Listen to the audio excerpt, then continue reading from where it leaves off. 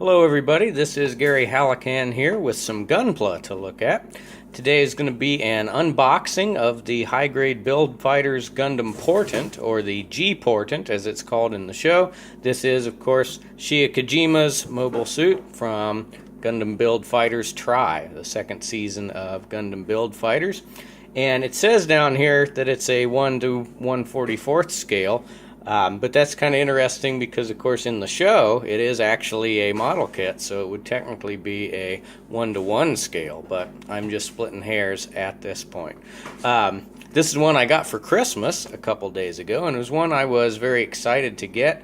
It's kind of a unique mobile suit because it's one of the very few more feminine-looking mobile suits in the Gundam world. You've got the Nobel Gundam and the G Arcane and the Gun Archer and I guess the Super Fumina.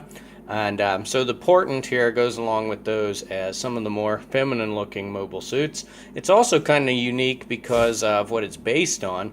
The only pre-existing mobile suit that really looks close to this one is one called the Sakibure, which is a worker mobile suit from Gundam 00 that never had a model kit. So it's kind of a unique inspiration for this one. It definitely also takes some cues from the Exia and some of the other 00 mobile suits. This came from a seller called Omni Models, which is a really great seller. I'd suggest you check them out on eBay or at their website. Okay, so we're going to take a look at the box and see what we get inside. On the front, of course, we have some nice artwork of the mobile suit. On the bottom, we have some pictures of it in different poses and all of its weapons. It's kind of dark there. Try to get it where you can see it. On the other side, got some information about the show, and you've got the price right there. It was 1,800 yen, so right now with the exchange that makes it about $15 in US dollars. So let's open the box and see what we get. Okay, so in the first bag we've got two plates there. We've got some dark gray, which is going to be some of the joint pieces and weapon pieces, and we've got white. We've got the leg pieces there and the head on this plate. We also have the sticker sheet, and so you can see there that we've got several silver stickers. Those are meant to go behind the clear green parts. I'm probably going to try something else for those that I'm going to show you in just a minute here. You've got, of course, the eyes and the front and back camera. The biggest stickers you see here are these white ones. They're going to go on the main bladed weapon that is just a clear green piece. I haven't decided yet if I'm going to use those or not. In this side here, we've got some yellow, just a very few yellow pieces, and a very small set of polycaps there, and some white for the rifle. Then we've got some very, very pleasing shades of green. I find these very pleasing to the eye. We've got this nice kind of light mint green color and a little bit darker green there, but neither of them is a very harsh green. They're both kind of pastel colors. We've got a little bit more dark gray in there. We've got a stand that comes with this one, which is pretty fantastic. I'd like to see that happen with all the kits if they could. That's really great when that happens. We've got a few more white parts. We've got kind of the wing parts here. There doesn't look to be a lot of areas to panel line on this, but there does seem to be the main section where there's panel lines is in these kind of wing parts there.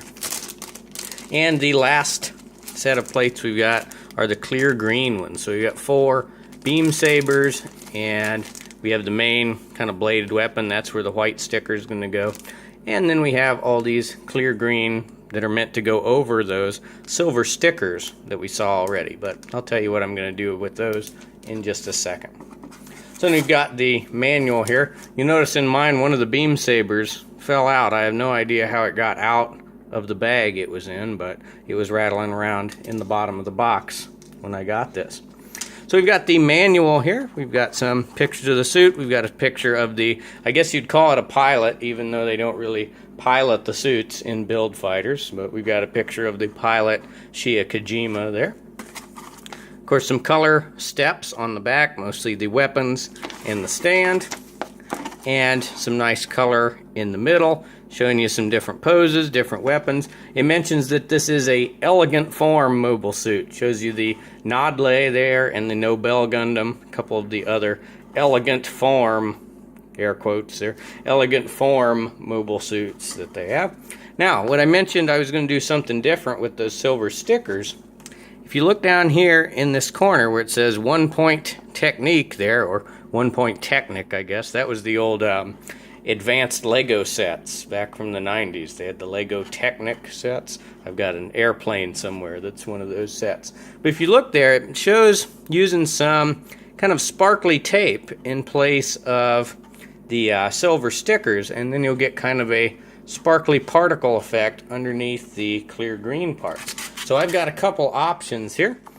I've got this roll of gold tape that has kind of a neat glittery pattern there, and I've also got some green that's got kind of a wavy pattern on it. So I'm going to try both of these and see which one looks good underneath the clear plastic. I'm thinking the gold is going to look good under those clear green parts and give kind of a neat effect, kind of a little bit more detail than just the plain silver ones would be. These are just Dollar Tree dollar rolls of colored duct tape. So we're going to check that out and see how it works.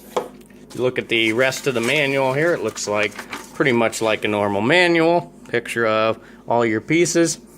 You're actually going to use very, very few poly caps on this. It's a small sheet to begin with, and then most of them are X'd out. You can see the build there. So I'm going to build this one and maybe do a little bit of customization to it, and we will see what we get, and then I will be back with a full review of the completed G-Portent. So thank you for watching, and please feel free to like and subscribe if you feel so inclined to do so, and Happy New Year!